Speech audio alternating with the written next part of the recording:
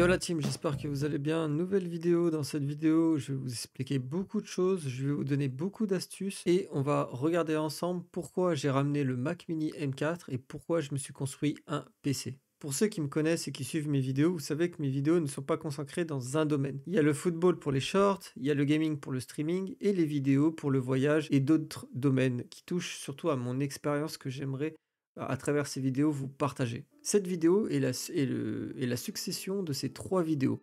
En fait, ces 3 vidéos ont créé cette vidéo qui est un peu la vidéo finale de ce thème. Parce que le thème, c'était il y a 4 mois, j'ai eu la nouvelle que le Mac Mini M4 allait sortir, et donc j'ai décidé de tout vendre. Donc ça, c'était la première vidéo. La deuxième vidéo, c'est je vous ai présenté le setup avec le Mac Mini M4. Et la troisième vidéo, qui est pour moi la plus importante, c'était console vs PC. Et en créant cette vidéo, ça m'a créé une remise en question sur quels étaient mes véritables besoins dans un setup.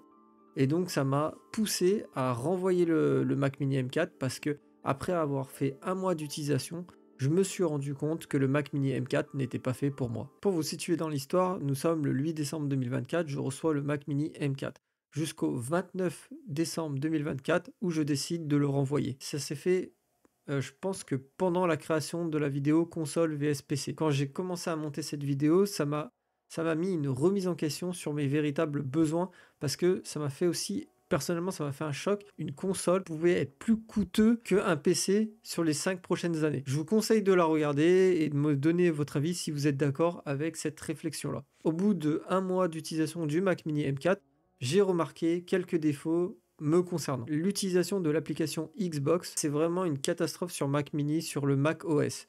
Pourquoi j'utilise l'application Xbox? C'est surtout pour communiquer avec mes amis qui, eux, sont sur Xbox. Et donc moi, comme je suis sur PlayStation ou sur PC, et comme ça me permet de mieux communiquer avec eux. Le deuxième problème que j'ai rencontré et qui me concerne selon mes besoins, encore une fois, je vous parle de mon expérience, c'est au niveau du stream. L'encodage d'Apple, il est incroyable, donc vous pouvez streamer facilement votre console.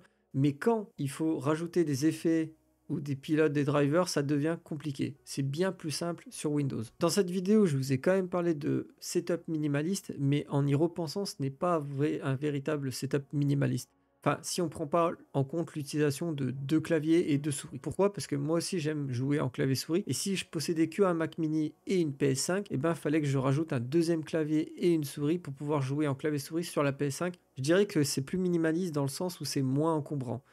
Mais un PC qui se range sur le côté, votre bureau, il est vraiment clean de chez clean. Il n'y a pas la PS5, il n'y a pas le Mac Mini, vous avez juste le clavier et la souris et l'écran. J'ai l'impression que cette vidéo, je l'ai créée pour faire une réponse contraire au setup le plus minimaliste. Mais c'est pas du tout ça.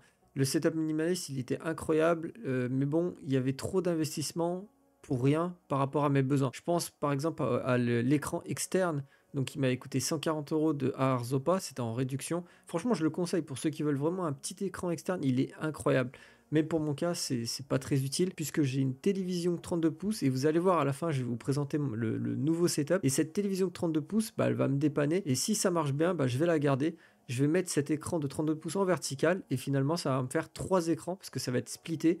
Vous allez voir le résultat, je vous montrerai en fin de vidéo. J'ai eu énormément de chance pour le renvoi du Mac Mini M4 parce que si vous calculez bien, depuis le 8 décembre jusqu'au 29 décembre, ça fait plus de 14 jours. Du coup, dans les réglementations standards, vous savez que c'est 14 jours.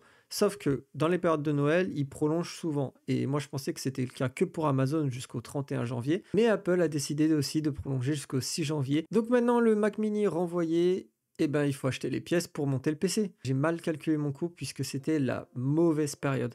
J'ai appris cette information en regardant plusieurs vidéos et en regardant aussi les prix tout le temps. Donc pendant le Black Friday jusqu'à mi-décembre, les prix sont assez bas. Mais arrivé fin décembre, jusqu'à début janvier, mi-janvier, les prix ils augmentent de fou. Donc n'achetez pas pendant cette période. J'ai attendu. Donc j'ai vraiment acheté mes composants fin janvier, début février, là où j'ai essayé de les avoir au meilleur prix. Donc je vais vous lister ma configuration.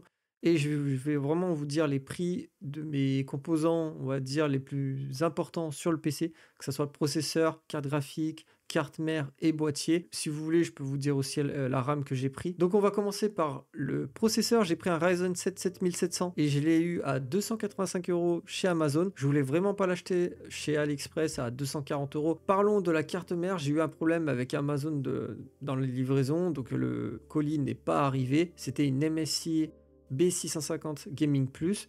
Et finalement, je suis super content parce que ça m'a permis de changer mon choix et je suis allé chez Top Achat et j'ai acheté la Asus TUF B650E qui était en stock. Mais le problème, je me suis fait encore avoir. Enfin, je me suis pas fait avoir, mais mauvais timing. 2 jours après, elle est passée à 175 €, mais je l'ai payé 195 €. Donc 20 € de plus, c'est pas grave, j'avais pas envie de faire retourner le produit pour le racheter. Passons à l'élément principal, la carte graphique. Donc j'ai hésité entre deux cartes graphiques, la RX 7800 de chez AMD, donc qui a des capacités de performance brute bien plus puissantes que la RTX 4070. Et je suis parti sur la MSI RTX 4070, donc avec 3 ventilateurs au prix de 636 €. Donc vraiment, c'est le prix le plus bas que j'ai trouvé. Je sais pas si vous avez cette même impression que moi, mais j'ai l'impression que c'est le matin que les prix sont le plus bas. Et donc je regardais et la carte graphique était à 660 € de base. Et là, elle était redescendue à 636 €. Donc j'ai pas cherché midi 14h, j'arrivais pas à me décider. Et surtout que je suis parti vraiment pour le DLSS 4, DLSS 3 et la technologie NVENC qui est quand même bien plus performant pour le streaming et le montage vidéo. Donc la 4070 qui suffit largement pour mon utilisation puisque je suis en 1080p. Le boîtier, je suis parti sur le Sharkoum VK3. Je voulais quand même garder cet aspect minimaliste, sobre, épuré. Et franchement, j'ai essayé de chercher. Il y avait le Fractal, mais je préférais mieux partir sur un petit boîtier à 60 € et rajouter le prix sur de très bons ventilateurs. Mon ordi ne fait pas du tout de bruit, il fait moins de bruit que ma PS5 en pleine charge. Donc même mon ordinateur, je veux dire mon PC en pleine charge dans un jeu comme Wukong en 1080p fait moins de bruit que ma PS5. C'est quand même une dinguerie. Si je peux donner mon avis là 5 minutes sur un autre sujet, la Xbox fait largement mieux que la PS5 au niveau du bruit. Des fois, j'avais pas l'impression que la Xbox était allumée. Concernant la config, je voulais vous parler d'une dernière chose, c'est que j'ai pas pris le boîtier avec un verre trempé. Déjà, le côté où il y avait le verre trempé, c'est le côté où il y a le mur, donc je verrai jamais mon boîtier. Et de 2, il est plus léger, de 3, plus silencieux, donc et beaucoup plus sobre esthétiquement. J'avais cherché entre le Fractal et le Sharkoum VK3. Le Fractal, il est 50 € plus cher, mais je me suis dit, pourquoi acheter un boîtier à plus de 100 € pour avoir des ventilateurs un peu plus bas de gamme à l'intérieur? Que le Sharkoum, il y avait 2 ventilateurs très bas de gamme, mais ça me laissait de la marge pour ajouter des ventilateurs. Donc là, je vous affiche toute ma configuration. Elle m'a coûté 1507 €. Et aussi, je voulais vous parler de ma vente de mon ancien PC. Vendez votre PC par pièce et pas en entier. J'ai posé la question à ChatGPT quelle serait la meilleure méthode pour vendre son PC, soit complet, soit par pièce. Et donc, elle m'a indiqué que c'était mieux de le vendre par pièce. Donc, j'ai suivi son conseil et je peux vous assurer que j'ai gagné plus de 200 € de plus que si je l'aurais vendu complet. Du coup, mon ancien PC, je l'aurais vendu complet à 550 € et j'en ai tiré 750 €. Donc, vous faites 1507 € moins 750 € et donc vous avez la somme que j'ai rajoutée pour cette toute nouvelle configuration. Ça fait partie d'une astuce que je voulais partager avec vous.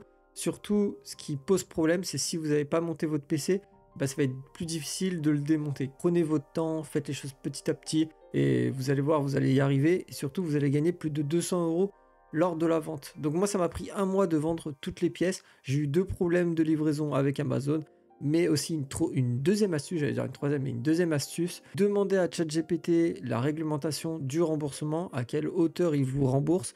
Je sais que le Bon Coin, c'est 400 € maximum qu'il vous rembourse. Donc moi, c'était 115 € et 90 €. Donc tous les problèmes ont été résolus et j'en ai tiré 750 € au total. Maintenant, on va passer à la dernière phase. Je vais vous donner plein d'astuces qui m'est arrivé lors du montage et de la configuration du PC. Donc avec ChatGPT, je lui ai demandé énormément de questions. Au niveau de la compatibilité et donc je lui ai listé tous les composants que je voulais pas faire mon PC via une vidéo YouTube où le youtubeur va présenter une config et je vais copier comme bête pas possible et surtout je voulais vraiment avoir ma propre config, ma propre réflexion de ce que j'avais besoin Je m'y connaissais déjà un peu, donc ça m'a forcément aidé pour la suite. J'avais pas besoin de me dire ouais ça c'est compatible ou pas, j'avais déjà compris le grosso modo. Donc j'ai demandé à ChatGPT, pas la compatibilité, mais si c'était assez performant de mettre une RTX avec un AMD Ryzen 7, je posais ce genre de questions. Et quand je lui ai exposé toute ma config, elle m'a tout simplement dit que mon SSD n'était pas assez puissant. J'avais pris un Kingston et je l'avais même acheté. J'ai dû le renvoyer parce qu'elle m'a parlé du cache DRAM que je connaissais pas du tout. C'est ce qui permet d'améliorer des performances en jeu et en montage, ce qui était le cas pour mes besoins. Donc après vérification, j'ai acheté le Crucial T500. Je l'ai eu à 87 €, donc 20 € de plus que le Kingston. J'ai eu de la chance parce qu'il était en promotion. Donc voilà, n'hésitez pas à faire comme moi, dire votre configuration à ChatGPT et voir ce qu'elle va vous dire pour l'améliorer. Deuxième astuce, l'installation Windows. J'avais un problème, je rentrais ma clé USB pour booter Windows et le problème c'est que Windows donc démarrait et lors de la configuration, à la fin de la configuration, il me disait votre matériel n'est pas assez puissant ou il y a eu une incompatibilité. Je pense qu'il manquait des pilotes à l'intérieur. Je vous conseille directement de télécharger, même ChatGPT m'avait conseillé, télécharger directement Rufus et ça va vous faire une clé d'installation impeccable. Je l'ai mis, ça a marché direct. Troisième astuce, et je pourrais dire troisième problème que j'ai eu, c'est avec Wukong. J'ai voulu télécharger Wukong sur Steam, donc je l'avais déjà, je voulais le retélécharger sur mon NVMe, sauf que mon NVMe n'était pas reconnu, donc là, je suis allé dans les gestions des disques et j'ai fait une nouvelle partition, il a apparu avec sa nouvelle lettre et tout ça, sauf que Steam ne voulait pas, enfin Wukong ne voulait pas se télécharger sur le NVMe. Eh bien, il faut tout simplement vider le cache de votre Steam. Et dernière astuce, lisez les notices. J'avais un clavier et avec ChatGPT, on n'arrivait pas à trouver la solution. Donc ce que j'ai fait, j'ai lu la notice. On oublie souvent, mais c'est très bête. Même pour la carte mère, c'était marqué dans la notice. Et donc des fois, si vous ne trouvez pas le problème sur Internet, relisez les notices. Je voulais aborder un dernier point avec vous, c'est au niveau de la résolution. Beaucoup de gens contemplent le Quad HD 4K, ils veulent du Quad HD, ils veulent du 4K, mais je ne comprends pas. Surtout pour avoir du Quad HD ou de la 4K et baisser les qualités de leur réglage pour avoir un jeu beaucoup plus fluide. C'est n'importe quoi. Je préfère avoir un bon Full HD qu'un mauvais Quad HD ou une mauvaise 4K. Maintenant, on va passer au setup. Je vais vous montrer mon setup avec plusieurs images de plan. Vous allez voir un deuxième écran. Peut-être que je vais le remplacer, mais j'ai pris une télévision de 32 pouces hyper légère. Je l'ai mis en vertical et je le split. Ça fait 3 écrans, tout simplement. Donc, je vais tester. Il y a un mode ordinateur dessus, mais c'est pas le plus optimal à faire. Mais bon, en 1080p en vertical avec des tout petits écrans, je pense que la qualité est tip top. Je vous mettrai des images sur ce setup. N'hésitez pas à vous abonner et à liker cette chaîne si cette vidéo vous a plu. On clôture le sujet du setup, j'en peux plus. J'ai passé 4 mois à vendre, acheter. Allez, je compte sur vous pour les likes et je vous balance le setup. C'est parti.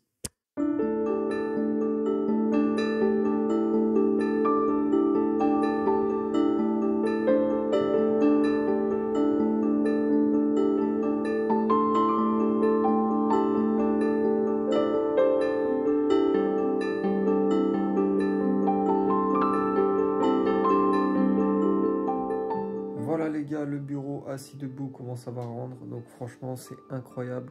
Avec l'immense écran de 32 pouces. En vrai, ça fait immense. Mais c'est comme si j'avais 3 écrans, donc c'est vraiment cool. Peut-être un 27 pouces, ça aurait été l'idéal. Et vous avez le PC qui est juste ici. Bon, le câble management, c'est pas ça. Mais en vrai, ça fait de l'espace sous le bureau. Voilà, avec un plan comme ça. Il y a juste ce petit câble à arranger. Et puis voilà, on a le retour du G7 bien configuré. Et donc, voilà le setup.